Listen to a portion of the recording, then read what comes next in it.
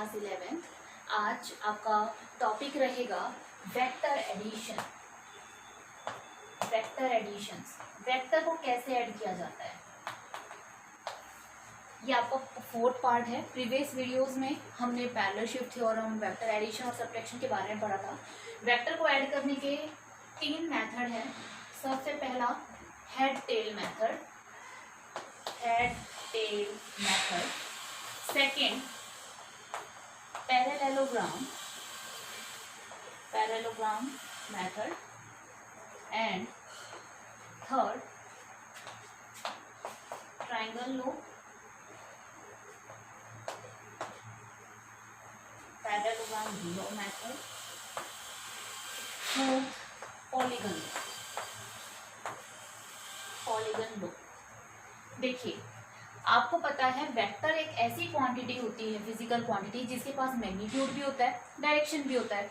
और scalar quantities वो होती है जिसके पास सिर्फ और सिर्फ क्या होता है, मैग्नीट्यूड होता है।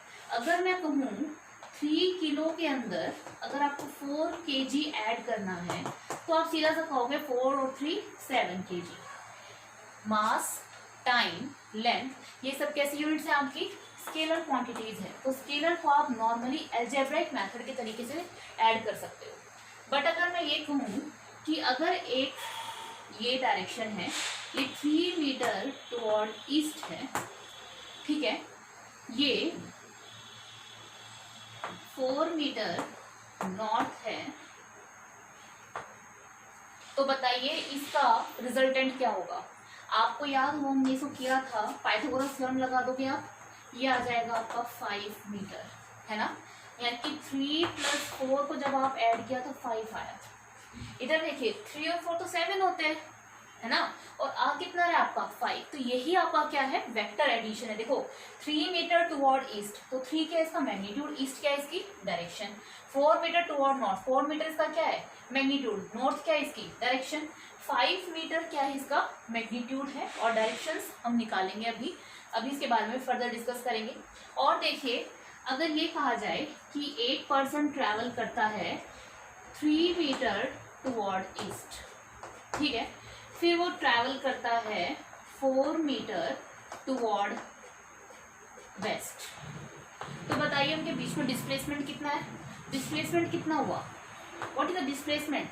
डिस्प्लेसमेंट इनिशियल और फाइनल के बीच का डिस्टेंस है ना, इनिशियल और फाइनल पॉइंट के बीच का स्मॉलेस्ट डिस्टेंस कितना आया 1 मीटर। तो यहाँ भी आपने क्या किया 3 + 4 कितना आया 1। यहाँ देखो आप जब 3 और 4 को ऐड कर रहे हो तो क्या आ रहा है 5, यहाँ क्या आ रहा है 1। इसका मतलब यहाँ कुछ ना कुछ डायरेक्शन के ऊपर डिपेंड कर रहा है। तो इस तरीके को क्या कहते हैं, वेक्टर ऐड करना। मान लीजिए हम ये कहें एक पर्सन जा रहा है, suppose it is your A case, ये आपका बी, इधर देखिए सी। मान लीजिए एक पर्सन मूव कर रहा है 3 मीटर टुवर्ड ईस्ट, फिर दोबारा से हम मूव किया 4 मीटर टुवर्ड ईस्ट, ठीक है। तो इस पॉइंट पे डिस्प्लेसमेंट कितना हुआ 3 + 4 = 7 मीटर। ये हुआ, ये देखो आप, और ये देखो, ठीक है। आप स्केलर क्वांटिटी को डायरेक्ट ऐड कर सकते हो 3 + 4 = 7, पर वेक्टर जब आपने ऐड किया तो 3 और 4 को ऐड करने पे एक जगह पे 5 आ रहा है, दूसरे केस में 3 + 4 करने पे 1 आ रहा है, एक बार 3 + 4 करने पे क्या आ रहा है 7 मीटर। तो ये सब क्या है आपका वेक्टर एडिशन है। तो इसको क्या कहते हैं वेक्टर एडिशन, यानी कि वेक्टर को ऐड करने के लिए नॉर्मल अलजेब्राइक सम नहीं किया जाता, वो सिर्फ कब किया जाता है स्केलर क्वांटिटीज के साथ किया जाता है। वेक्टर को ऐड करने के लिए आपको डिफरेंट मेथड्स और लॉ यूज करने पड़ते हैं। इसको हम 1 बाय 1 अब डिस्कस करना शुरू करेंगे। तो समझ में आया कि वेक्टर वो फिजिकल क्वांटिटी होती है जिसके पास मैग्नीट्यूड भी होता है और डायरेक्शन भी होती है। ठीक है स्टूडेंट्स, आप साथ साथ नोट करते रहिए। अब हम डिस्कस करते हैं हेड टेल मेथड के बारे में। हेड टेल मेथड डिस्कस करने की जरूरत नहीं है, शायद हमने प्रीवियस वीडियो में कर रखा है, पर फिर भी थोड़ा सा रिकैप कर लेते हैं। फर्स्ट देखिए एक बार head tail method. Head tail method क्या कहता है, हेड टेल मेथड होता है कि मान लीजिए एक वेक्टर है आपका 3 मीटर, तो ये क्या कहता है कि पहले वाले वेक्टर के हेड के साथ दूसरे वाले वेक्टर का क्या हो टेल। देखिए आप, मान लीजिए ये कहा गया एक 3 मीटर टुवर्ड ईस्ट है, एक 4 मीटर टुवर्ड नॉर्थ है, तो बताइए इसका रिजल्टेंट क्या आएगा। ठीक है, रिजल्टेंट मतलब इसका आंसर क्या आएगा, रिजल्टेंट यानी कि इनका आंसर क्या आएगा वो निकालना है आपको। तो सबसे पहले इसको सॉल्व कर लीजिए। एक वेक्टर के हेड के साथ, मान लीजिए आपका पहला वेक्टर, ये वेक्टर का टेल, ये वेक्टर का हेड, इस वाले वेक्टर के हेड के साथ दूसरे वेक्टर का क्या आ जाए, टेल। तो ये आप देखो ये क्या आ गया आपका 4 मीटर टुवर्ड नॉर्थ। तो क्या मेथड बन गया आपका, हेड टेल मेथड। ठीक है, अब क्या होता है इसमें रिजल्टेंट कैसे लेना होता है, रिजल्टेंट कैसे लेंगे, पहले वेक्टर का तो टेल और दूसरे वेक्टर का हेड ज्वाइन कर दो, आपके पास क्या आ जाएगा, रिजल्टेंट आ जाएगा। देखिए कैसे लोगे, पहले वेक्टर के टेल के साथ दूसरे वेक्टर का टेल, हेड के साथ दूसरे वेक्टर का टेल लगा दो, और इसका रिजल्टेंट कैसे लोगे, पहले वेक्टर का टेल दूसरे वेक्टर का हेड, यानी कि ये क्या होगा आपका रिजल्टेंट होगा। ठीक है, this is known as your answer, और आपको आपका ये क्या होगा, रिजल्टेंट। ठीक है, आपको पता ही है यहाँ पे एंगल कितना हो रहा है, 90 डिग्री। सॉल्व करोगे कितना आ जाएगा, पाइथागोरस थ्योरम से 5 मीटर। बट हेड-टेल मेथड की एक प्रॉब्लम क्या थी, हेड-टेल मेथड की प्रॉब्लम ये थी कि ये आपको 90 डिग्री के एंगल के बीच में, यानी दो वेक्टर के बीच में 90 डिग्री का एंगल होगा, तब तो आपको रिजल्टेंट दे देगा। बट अगर मान लीजिए कोई और एंगल हो, 60 डिग्री, 120 डिग्री, 270 डिग्री, कुछ भी इस तरह का कोई एंगल हो, तो बताइए आप क्या ये आंसर दे पाएगा, नहीं। तो अब इसके लिए क्या है, हमें दूसरा मेथड पढ़ना पड़ेगा, पैरेललोग्राम लॉ मेथड। इतना नोट कीजिए। ओके स्टूडेंट्स, ये देखिए 5 meter east, then 5 meter at plus 60 degree from east. क्या कह रहा है कि एक वेक्टर आपका 5 मीटर टुवर्ड ईस्ट है, क्लियर, और दूसरा वेक्टर दे रखा है प्लस 60 डिग्री फ्रॉम ईस्ट, या फिर ईस्ट डायरेक्शन है ना, तो ईस्ट डायरेक्शन से कितना एंगल बना रहा है वो, 60 डिग्री एंगल बना रहा है। अच्छा, अब 60 डिग्री एंगल बना रहा है तो आप कैसे लेंगे 60 डिग्री को, ऐसे, यूं नहीं। 60 डिग्री का मतलब ये हो गया कि आपको हमेशा दो वेक्टर्स के बीच का एंगल कैसे मेजर करना होता है, टेल टू टेल या तो head to head.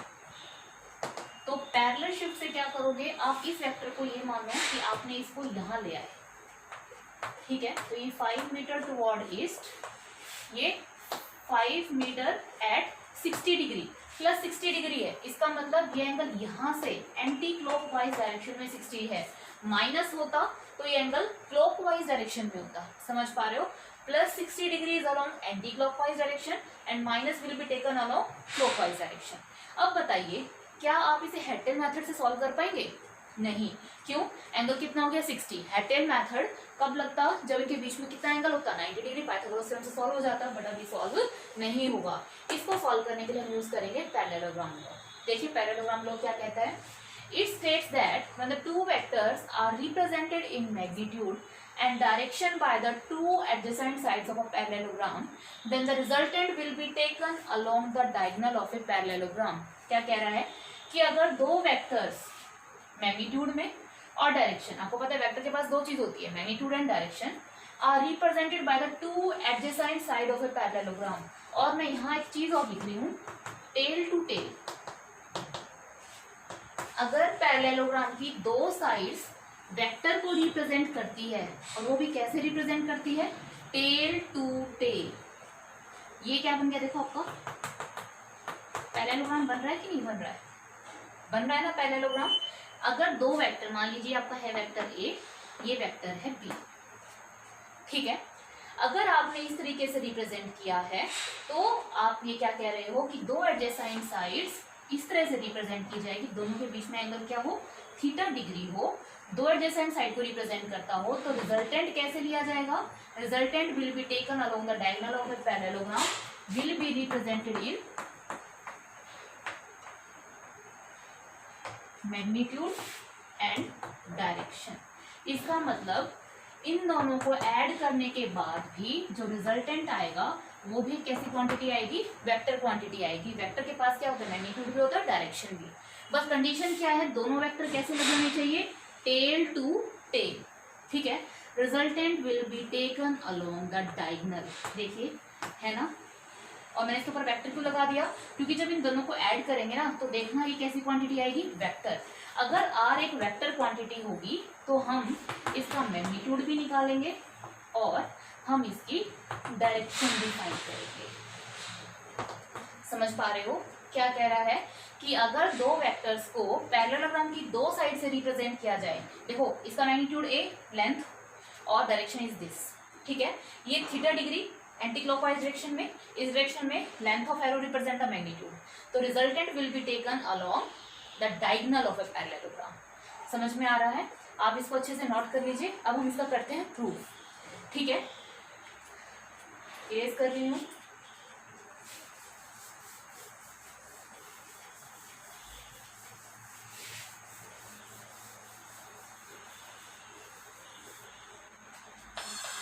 Proof of parallelogram,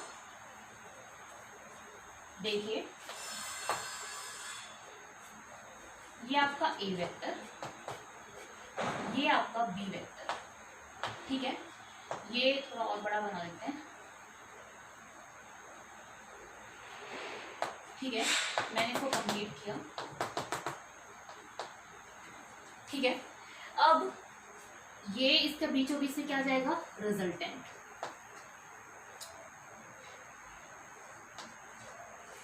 ठीक, मैं क्या कर रही हूँ, इसके ऊपर एक परपेंडिकुलर ड्रॉ कर रही हूँ, यहाँ परपेंडिकुलर ड्रॉ किया मैंने, इसको थोड़ा सा आगे बढ़ा दिया, ठीक है। इसका नाम दे दिया पी क्यू आर, आर को रिजल्टेंट का नाम है, आर मत दीजिए, रिजल्टेंट का नाम है। इसको नाम दे दीजिए आप एस और टी, और इसको नाम दे दीजिए एम, ठीक है। अब देखिए in triangle P S T, एक ट्राइंगल बन गया, इस तरीके का ट्राइंगल बना पी एस टी। क्या अप्लाई कर सकते हो, पाइथागोरस थ्योरम, अप्लाई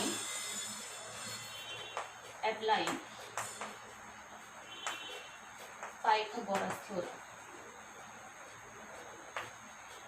क्या लिखेंगे पाइथागोरस थ्योरम से, पी एस का square is equals to P T का स्क्वायर प्लस टी एस या एस टी का स्क्वायर, ठीक है। यहां से देखिए पी एस की वैल्यू को हमने क्या ले रखा है, आर, रिजल्टेंट आर का स्क्वायर, पी टी पूरा है, पी टी को ऐसे लिख सकती हूँ मैं, पी एम प्लस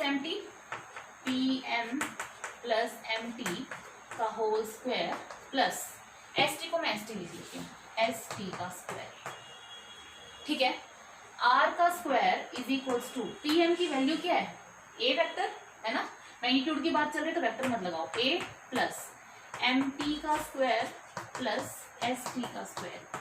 देखिए इस एक्सप्रेशन में हमें एम टी और एस टी की वैल्यू निकालनी है, ठीक है। तो आप यहां आ जाइए, ये अगर आपका, अच्छा ये अगर आपका बी वेक्टर है तो ये आपका बी, पैरेललोग्राम के अपोजिट साइड्स क्या होती हैं, इक्वल, ये ए है तो ये भी ए, ये बी है तो ये भी बी, ठीक है। अगर ये बी है और अगर इसको पैरेलल शिफ्ट किया जाए, इस वेक्टर को पैरेलली शिफ्ट किया जाए, इसको आगे की तरफ, इसको उठा के आगे, मतलब ऐसे इस वेक्टर को उठा के मैं आगे ले गई और इसको उठा के मैं आगे ले गई, तो इसी बीच में एंगल कितना है, थीटा, तो this will be your theta. Clear है। तो यहां से देखो इस ट्राइंगल में से ये एस एम टी, ये तो 90 डिग्री और ये आपका थीटा, इसकी वैल्यू है आपके पास बी। आपको किसकी वैल्यू निकालनी है, एस टी की वैल्यू निकालनी है। साइन थीटा क्या होता है, sine theta is equals to perpendicular upon hypotenuse, perpendicular है इसका एस टी, हाइपोटेन्यूज की वैल्यू कितनी है बी, एस टी की वैल्यू कितनी आ गई बी साइन थीटा, यही चाहिए थी हमें, एस टी की वैल्यू यहाँ पुट कर देंगे, ठीक है। अब हमें किसकी चाहिए, एम टी की, चलो कॉस थीटा की वैल्यू निकालते हैं। कॉस क्या होता है, बेस अपॉन हाइपोटेन्यूज, बेस कितना है इसका एम टी, हाइपोटेन्यूज कितना है हमारे पास बी। ये तो समझ में आया ना, ये बी कैसे होगा, opposite side of a parallelogram are equal, अगर ये बी है तो ये भी बी है, ये ए है तो ये भी ए है, ठीक। तो mt की वैल्यू आ गई यहाँ से b cos थीटा। क्लियर? दोनों वैल्यूज को यहाँ पुट कर देते हैं, क्या बनेगा, r का square is equal to a plus b cos theta का होल स्क्वायर, st की वैल्यू पुट कर दीजिए b sin थीटा का whole square, R square is equal to A plus B का whole square, A square plus B square plus 2ab, तो क्या बनेगा, A square plus B square cos square theta plus 2ab cos theta plus B square sine square theta. यहाँ से देखिए B square cos square theta, B square sine square theta, B square common आ रहा है, ठीक है, तो R का square is equal to A square plus B square common निकाला cos square theta plus sine square theta plus 2ab cos theta, cos square theta plus sine square theta is equal to 1, तो R square is equal to A square plus B square plus 2ab cos theta. अब देखिए R की value क्या आ गई, under the root a square plus B square plus 2ab cos theta. इसको note कीजिए students अच्छे से। देखिए आर कैसे आ रहा है, आपका अंडर रूट में आ रहा है ना। इसका मतलब जब आंसर निकलेगा तो आपके पास प्लस और माइनस की दोनों वैल्यू निकलेगी, पर याद रखना आपको हमेशा कैसा लेना है, पॉजिटिव मैग्नीट्यूड कंसिडर करना है, ठीक है, हमेशा कैसा मैग्नीट्यूड करेंगे आप कंसिडर, पॉजिटिव मैग्नीट्यूड करेंगे। अच्छा, मैंने आपको बताया था रिजल्टेंट कैसी क्वांटिटी होती है, वेक्टर। अगर वेक्टर है तो इसका ये मैग्नीट्यूड है तो डायरेक्शन भी रही होगी, है ना, तो हमें इसकी डायरेक्शन निकालनी है। ये समझ में आया, ये ए ये बी, अपोजिट साइड बी ए परपेंडिकुलर ड्रॉ किया, पाइथागोरस थ्योरम लगाई, साइन थीटा कॉस थीटा की वैल्यू निकाल के वैल्यू पुट कर दी, ठीक है, यहाँ से cos theta plus sine theta क्या बन गया 1, तो यहाँ से आपकी रिजल्टेंट की वैल्यू आ गई, ठीक है। अब हम करते हैं इसकी डायरेक्शन निकालना। अब देखिए डायरेक्शन कैसे निकाली जाती है, इरेज कर दूं मैं इसको, आप वीडियो को पॉज करके अच्छे से नोट कर लीजिए।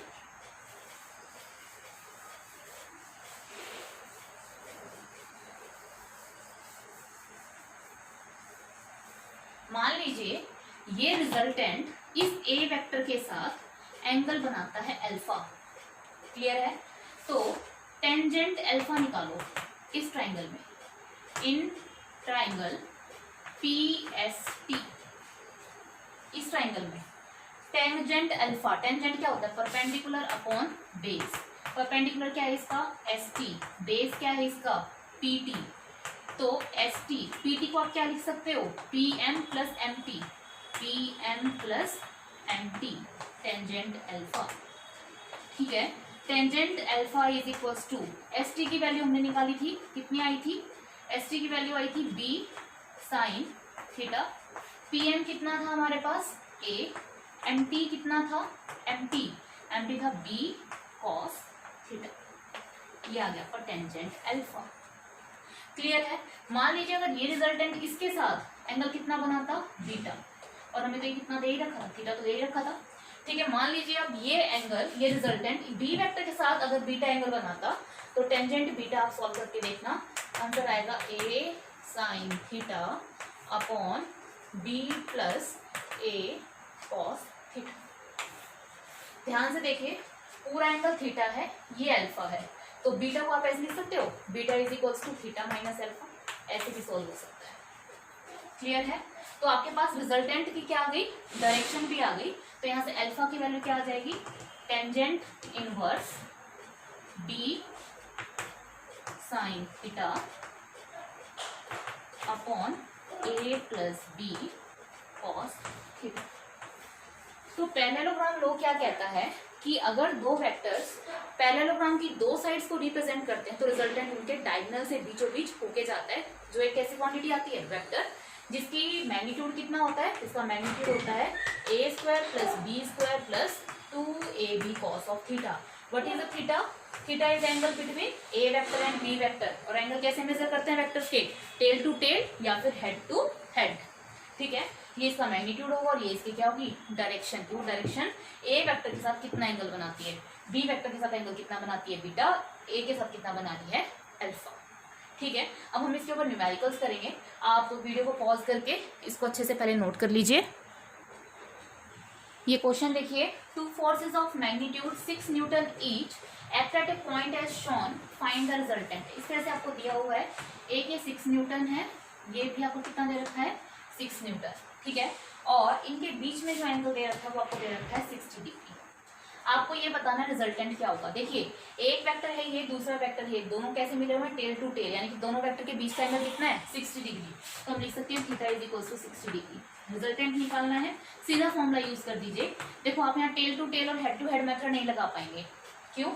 मान लीजिए आप इसको शिफ्ट करते हैं, इसको आगे की तरफ लेके जाते हैं इस तरीके से, है ना। तो अब ये देखो ये वाला एंगल तो 60 डिग्री है, कैसे लगाओगे आप? पाइथागोरस थ्योरम तो बन नहीं रही, तो आपको कौन सा मेथड लगाना पड़ेगा, पैरेललोग्राम लो। तो r is equals to A square plus B square plus 2ab cos of theta. a का स्क्वायर यानी कि 6 का स्क्वायर, b का स्क्वायर यानी कि 6 का square plus 2 6 into 6 cos theta cos 60। अच्छा कॉस 60 की वैल्यू कितनी होती है 1/2, तो 6 का स्क्वायर 36, 6 का स्क्वायर 36, 2 इंटू 6 12, 6 72 और cos 60 की वैल्यू होगी 1/2। इससे कैंसिल किया, कितना आ गया 36, 36 प्लस 36 प्लस 36 108। इसको सॉल्व करोगे आप रूट, तो आ जाएगा 6√3, ठीक है। तो रिजल्टेंट, अच्छा रिजल्टेंट कैसा आएगा, प्लस और माइनस दोनों में आएगा, बट बताया गया था आपको कैसा लेना है, सिर्फ पॉजिटिव कंसिडर करना है, ठीक है। तो रिजल्टेंट की वैल्यू आ गई आपके पास 6√3। बट रिजल्टेंट कैसी क्वांटिटी है, वेक्टर क्वांटिटी, आपको इसको क्या निकालना पड़ेगा, डायरेक्शन भी निकालनी पड़ेगी। टेंजेंट अल्फा क्या होता है, b sine theta upon A plus B cos of theta. B की वैल्यू कितनी है, मान लीजिए आपने ये इसको ए माना था, इसको बी, दोनों की वैल्यू 6 है, 6 साइन थीटा कितना है साइन 60, ए प्लस बी 6 प्लस 6 कॉस 60। सारी वैल्यू रखती जा रही हूँ मैं, ए की भी 6, बी की 6, थीटा की 60, ठीक है। 6 साइन 60 √3/2, 6 प्लस 6 कॉस 60 1/2। इससे ये कैंसिल, इससे ये कैंसिल, कितना आ गया 3√3, और यहाँ से कितना आ गया 6 प्लस 3 9, 3 3 9, कितना आ गया √3/3। ऐसे बना सकते हो इसको, √3 को लिख सकते हो √3 इंटू √3, एक √3 से एक √3 कैंसिल, तो क्या आ गया आपके पास tangent alpha is equals to 1/√3। Clear है। अब आपको पता है टेंजेंट की वैल्यू 1/√3 किस पे होती है 30 पे, तो अल्फा की वैल्यू कितनी आ गई 30 पे, 1/2 √3/2, यस 30 पे, तो कितनी आ जाएगी 30 पे, ठीक है। तो इस तरीके से क्या करना है, आपको अपने रिजल्टेंट की वैल्यूज निकालनी है और आपको ये सॉल्व करना है। रिजल्टेंट कैसी क्वांटिटी है, वेक्टर क्वांटिटी, इसका मैग्नीट्यूड कितना है 6√3 और डायरेक्शन कितनी आएगी, ए वेक्टर से 30 डिग्री पे आएगी, यानी कि इसके बीचों बीच से उनके जाएगा रिजल्टेंट, ठीक है। 30 ये रिजल्टेंट होगा। कंप्लीट करोगे पैरेललोग्राम लो, पैरेललोग्राम से कंप्लीट कर लो इस तरीके से, समझ में आया, ठीक है। तो हमने पढ़ा आज हेड-टेल मेथड के बारे में और पैरेललोग्राम लॉ के मेथड के बारे में। अगर आपको इस किसी भी टॉपिक में अगर आपको डाउट है, अच्छा पैरेललोग्राम लॉ मेथड जैसा है बिल्कुल ट्रायंगल लॉ भी वैसा ही है, उसको भी हम डिस्कस कर लेंगे नेक्स्ट वीडियोस में, ठीक है। पैरेललोग्राम लॉ आप किसी पे भी लगा सकते हो, अगर उनके बीच में 90 डिग्री होता तो वो भी सोल्व हो जाती है। अगर आप ये सोचो कि हेड-टेल नहीं लगाना चाहते हो, दो वेक्टर के बीच का 90 डिग्री डायरेक्ट पुट कर दें, हाँ डायरेक्ट पुट कर सकते हो, कोई दिक्कत नहीं आएगी, ठीक है। तो आप इस तरीके से आप अपनी प्रॉब्लम्स को सॉल्व कर सकते हो, उनका रिजल्टेंट निकाल सकते हो, उनका मैग्नीट्यूड निकाल सकते हो, डायरेक्शंस निकाल सकते हो। अगर आपको कोई भी प्रॉब्लम है तो मुझसे कमेंट बॉक्स में पूछेंगे। Thank you so much.